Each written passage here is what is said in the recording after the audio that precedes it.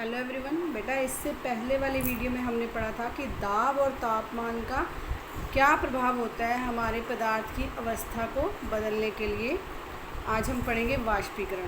तो ये पूछ रहे हैं कि पदार्थ की अवस्था बदलने के लिए क्या हमें हमेशा ऊष्मा या दाब ही आवश्यक होता है। तो ऐसा नहीं है, वाष्पीकरण के लिए और भी बहुत से कारक हैं जो वाष्पीकरण को प्रभावित करते हैं। जैसे आपने देखा होगा कि हम कपड़ों को फैलाते हैं तो वो सूख जाते हैं, तो उसमें हमने ऊष्मा नहीं दी। कपड़े जो हैं वो हमारे अपने आप सूख गए, क्योंकि उसमें जो जल वाष्प था उसका क्या हो गया, वाष्पीकरण हो गया। तो ऐसे ही बहुत सारे उदाहरण हैं जिसमें बिना क्वथनांक पर पहुँचे हुए कोई द्रव जो है वाष्प में बदल जाता है। यानी कि क्वथनांक पर पहुँचने की हमें ज़रूरत नहीं होती, उससे पहले का जो हमारा तापमान है उस पर वाष्पीकरण शुरू हो जाता है। तो क्वथनांक पर पहुँचे बिना ही जो द्रव है वो वाष्प में बदल जाते हैं। तो जैसे आपने देखा होगा, अगर आपके फर्श पर पानी गिर जाए या आप जब अपने घर में सफाई करते हो तो उसके बाद अगर जो पानी होता है वो धीरे धीरे अपने आप वाष्प में बदल जाता है और हमारा जो फर्श है वो सूख जाता है। या अगर आप देखो बाहर कहीं पे सड़क पर अगर पानी गिर जाए या कुछ हो जाए तो थोड़ी देर बाद जो है सड़क अपने आप सूख जाती है। तो वो पानी कहाँ जाता है, वो पानी जो है वो वाष्पीकरण हो जाता है उसका, वो जल वाष्प जो है वो धीरे धीरे वाष्पीकरण में चेंज हो जाते हैं। गीले कपड़े हमारे सूख जाते हैं। अभी मैंने आपको बताया था कि अगर हम कपड़ों को फैला दें, धूप हो या ना हो, कई बार क्या होता है हवा भी चल रही हो या पंखा चल रहा हो तो भी हमारा जो कपड़े हैं वो सूख जाते हैं। तो धूप की आवश्यकता नहीं होती, यानी कि ऊष्मा की आवश्यकता हमें वहाँ पर नहीं पड़ती। तो ऐसे बहुत सारे कारक हैं जो वाष्पीकरण को प्रभावित करते हैं। पर ऐसा क्यों होता है, इसमें पदार्थ के जो कण होते हैं वो हमेशा गतिशील रहते हैं, कभी रुकते नहीं हैं। तो एक निश्चित तापमान पर जो गैस, द्रव या ठोस के कण हैं उनमें विभिन्न मात्रा में जो गतिज ऊर्जा होती है। द्रवों की सतह पर वो स्थित जो कण होते हैं उनमें इतनी गतिज ऊर्जा होती है कि वे एक दूसरे के कणों के आकर्षण बल से मुक्त हो जाते हैं और इधर उधर चले जाते हैं, यानी कि उनके बीच की जो दूरी है वो बढ़ जाती है। तो क्वथनांक से कम तापमान पर द्रव के वाष्प में बदलने की जो प्रक्रिया है उसको हम वाष्पीकरण कहते हैं। यानी कि क्वथनांक तो हमारा वो होगा जिस पे हमारा जल उबलने लगता है। आपको मैंने बताया था क्वथनांक क्या है, जिस ताप पर हमारा जो जल है वो उबलना स्टार्ट होता है, वो तापमान जो होता है वो क्वथनांक कहलाता है। लेकिन क्वथनांक से कम तापमान पर द्रव के वाष्प में बदलने की जो प्रक्रिया होती है उसको वाष्पीकरण कहते हैं। आपने देखा होगा, अगर आप चाय बनाओ या पानी गर्म करो तो पानी गर्म करते हुए उबलने से पहले ही उसमें से भाप जो है उठनी शुरू हो जाती है। तो जब भाप उठनी शुरू हो जाती है उस तापमान पे क्या हो रहा होता है, उस तापमान पर वाष्पीकरण की प्रक्रिया चल रही होती है। अब यहाँ पर है कि वाष्पीकरण को प्रभावित करने वाले कौन कौन से कारक हैं। जैसे मैंने आपको बताया कि ऊष्मा के अलावा भी वाष्पीकरण होता है अगर ऊष्मा ना भी हो। तो पहला तो है सतह का क्षेत्र बढ़ने पर, कि अगर हमारा सतह का क्षेत्रफल बढ़ जाए, कि वाष्पीकरण एक सतही प्रक्रिया है। सतही क्षेत्र बढ़ने पर वाष्पीकरण की दर भी बढ़ जाती है। जैसे कपड़े सुखाने के लिए हम उन्हें फैलाते हैं, अगर हम कपड़ों को 3 या 4 फोल्ड करके डाल दें तो वो देर से सूखेंगे, लेकिन अगर हमें उन्हें पूरा अच्छे से फैला दें तो वो कपड़े हमारे जो हैं वो जल्दी से सूख जाते हैं। तो अगर सतह का क्षेत्र बढ़ेगा, क्षेत्रफल अगर बढ़ता है तो हमारा वाष्पीकरण की प्रक्रिया जो होती है वो तेज़ हो जाती है, और अगर सतह का क्षेत्रफल कम होगा तो हमारी वाष्पीकरण की प्रक्रिया जो है वो कम होगी। इसको आप दूसरे एग्जाम्पल से भी ले सकते हो। अगर हम सड़क पर ज़्यादा सतह में पानी जो है वो फैला दें तो उसका वाष्पीकरण जल्दी से होगा, और अगर एक ही जगह पर ज़्यादा पानी डाल दें तो वाष्पीकरण जो होगा वो धीरे धीरे होगा। तो सतह का क्षेत्रफल जो है इसको प्रभावित करता है कि वाष्पीकरण की दर कितनी होगी। तो सतह बढ़ने पर हमारी वाष्पीकरण की जो प्रक्रिया होगी वो तेज़ हो जाएगी, और सतह का क्षेत्रफल कम होने पर वाष्पीकरण की क्रिया जो धीरे हो जाएगी। उसके बाद नेक्स्ट है हमारा तापमान में वृद्धि की। अगर हम तापमान में वृद्धि कर दें, तापमान में वृद्धि जैसे आपको पता है गर्मियों में तापमान बहुत ज़्यादा हो जाता है हमारा, और सर्दियों में हमारा तापमान कम रहता है हमारे आसपास का।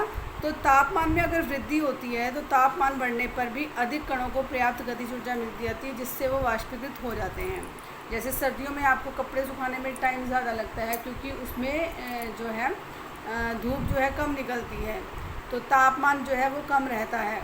हमारा जो टेम्परेचर है वो 6 डिग्री, 7 डिग्री, 10 डिग्री ऐसे रहता है। लेकिन गर्मियों में हमारा जो आसपास का तापमान है वो रहता है 45 डिग्री, 42 डिग्री, 40 डिग्री, 37 डिग्री। तो जो गर्मियाँ होती हैं तो हमारी जो कपड़े हैं वो बहुत आसानी से सूख जाते हैं। तो तापमान में वृद्धि के कारण भी वाष्पीकरण जो है वो प्रभावित होता है। तापमान बढ़ने पर वाष्पीकरण अधिक होगा और तापमान घटने पर वाष्पीकरण हमारा कम होगा। नेक्स्ट है हमारा थर्ड, आर्द्रता में कमी। आर्द्रता क्या होती है?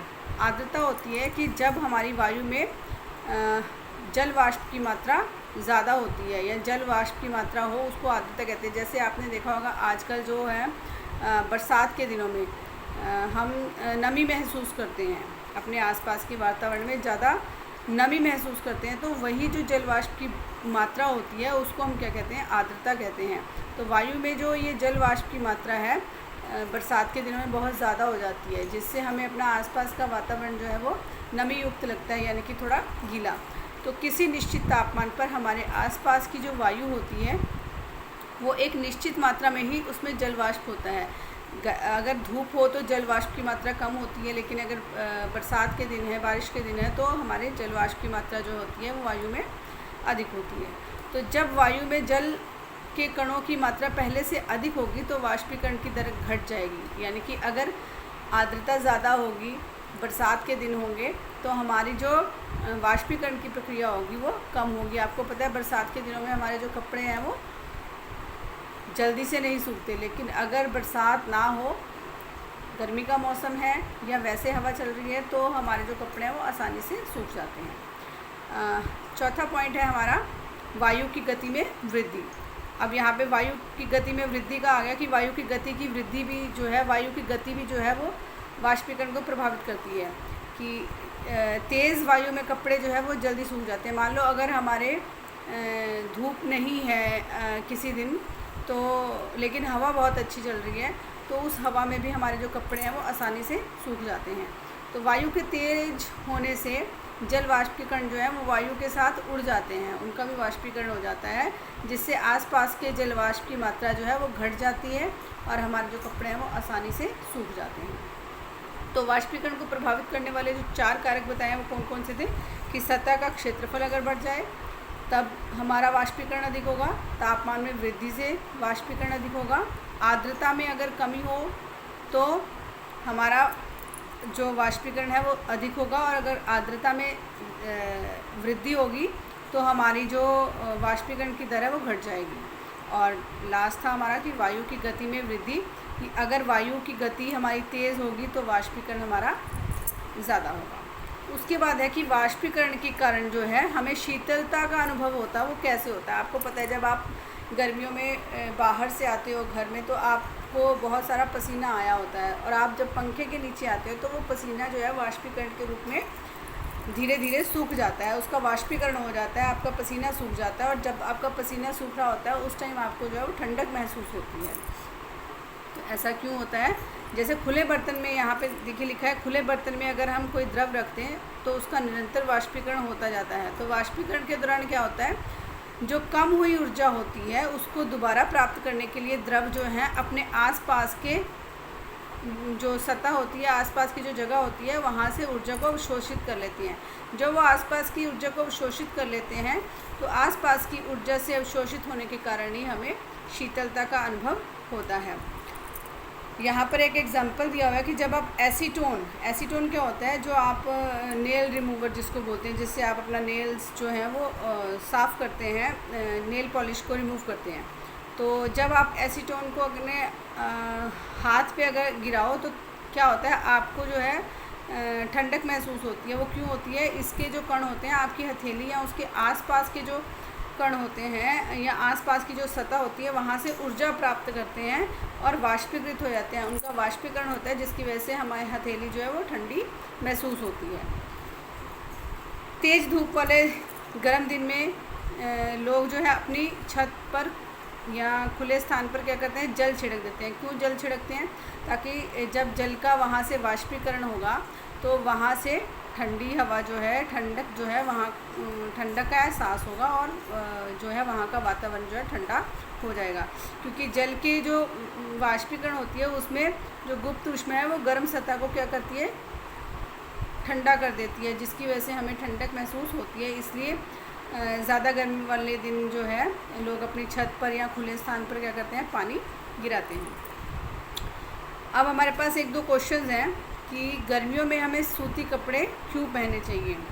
गर्मियों में हमें सूती कपड़े इसलिए पहनने चाहिए क्योंकि जो सूती कपड़े होते हैं वो पसीने को सोख लेते हैं, अवशोषित कर लेते हैं, और जब हमारे पसीने का वाष्पीकरण होता है, धीरे धीरे वाष्पीकरण से हमारे कपड़े सूखने स्टार्ट हो जाते हैं, तो हमें ठंडक का एहसास होता है। तो यहाँ देखिए गर्मियों में हमें सूती कपड़े क्यों पहनने चाहिए कि शारीरिक प्रक्रिया के कारण गर्मियों में हमें ज़्यादा पसीना आता है, जिससे हमें शीतलता मिलती है। तो वाष्पीकरण के दौरान द्रव की जो सतह होती है उसके कण हमारे शरीर या आसपास से ऊर्जा प्राप्त करके वाष्प में बदल जाते हैं, और वाष्पीकरण की जो प्रसुप्ति यानी कि गुप्त ऊष्मा होती है उसके बराबर ऊष्मीय ऊर्जा जो है हमारे शरीर से अवशोषित हो जाती है। जो वो गुप्त ऊष्मा हमें मिल रही है उसकी वजह से क्या होता है, जो हमारे शरीर के अंदर ऊष्मीय ऊर्जा है वो अवशोषित हो जाती है, जिससे हमारा शरीर जो है वो ठंडा हो जाता है। अब क्योंकि सूती कपड़ों का जो सूती कपड़े जो होते हैं वो जल का अवशोषण अधिक कर लेते हैं, इसलिए हमारा पसीना जो है इसमें अवशोषित होकर वायुमंडल में धीरे धीरे वाष्पीकृत होता रहता है, जिससे हमें ठंडक महसूस होती है। इसलिए हमें गर्मियों में कैसे कपड़े पहनने चाहिए, सूती कपड़े पहनने चाहिए। नेक्स्ट है हमारा कि बर्फीले जल से भरे गिलास की बाहरी सतह पर जल की बूंदें क्यों नज़र आती हैं। अगर हम ठंडा पानी गिलास में डालते हैं, पानी तो हमने गिलास के अंदर डाला, लेकिन गिलास के बाहर जो है वो बूंदें आ जाती हैं पानी की, ऐसा क्यों होता है। तो किसी भी बर्तन में जब हम बर्फीला जल रखते हैं तो जल्दी ही बर्तन की बाहरी सतह क्या करती है, बाहरी सतह पर जो है हमें जल की बूंदें नज़र आने लगती हैं। तो वो क्यों आती हैं, क्योंकि वायु में जो मैंने आपको बताया कि वायु में जल वाष्प होता है, कभी कम होता है कभी ज़्यादा होता है। गर्मियों में जल वाष्प कम होता है और बरसात के दिनों में जल वाष्प अधिक होते हैं वायु में उपस्थित। तो वायु में उपस्थित जो जल वाष्प की ऊर्जा होती है वो क्या करती है, पानी के संपर्क में आकर कम हो जाती है। तो जैसे ही वो कम होगी तो जो बाहर की जो वायु है, वायु गैस होती है, तो गैस क्या होगी, जैसे ही उसका तापमान कम होगा वो उसके संपर्क में आएगी गिलास के, तो वो जो गैस है वो द्रव अवस्था में चेंज हो जाएगी, जो हमें कैसे दिखेगी, जल की बूंदों के रूप में बाहर नज़र आएंगी। तो यहाँ पर आपका चैप्टर बेटा कंप्लीट हो गया है। आपको इसके बाद ये मेन पॉइंट्स पढ़ने हैं। ये सारे मेन पॉइंट्स हैं आपके, जहाँ लिखा है आपने क्या सीखा, ये सारे मेन पॉइंट्स हैं, ये आपको पढ़ने हैं। ये शॉर्ट में बताए हुए हैं, जैसे यहाँ पे ऊर्ध्वपातन का बताया हुआ है, यहाँ ठोस के बारे में बताया हुआ है कि ठोस के कण जो हैं उन ठोस द्रव और गैस के कणों के बीच में कैसे आकर्षण होता है, कैसे उनमें उनके कणों में दूरी होती है। ऐसे ही यहाँ पे वाष्पीकरण के बारे में बताया गया है। तो वाष्पीकरण की गति को कौन कौन से कारक निर्भर करते हैं, वाष्पीकरण किस पे निर्भर करता है, ये बताया हुआ है जो मैंने अभी आपको बताया है। और वाष्पीकरण की गुप्त ऊष्मा या संगलन की गुप्त ऊष्मा की डेफिनेशंस भी यहाँ दी हैं। तो ये मेन पॉइंट्स हैं, ये सारे मेन पॉइंट्स जो हैं ये आप करोगे। Thank you.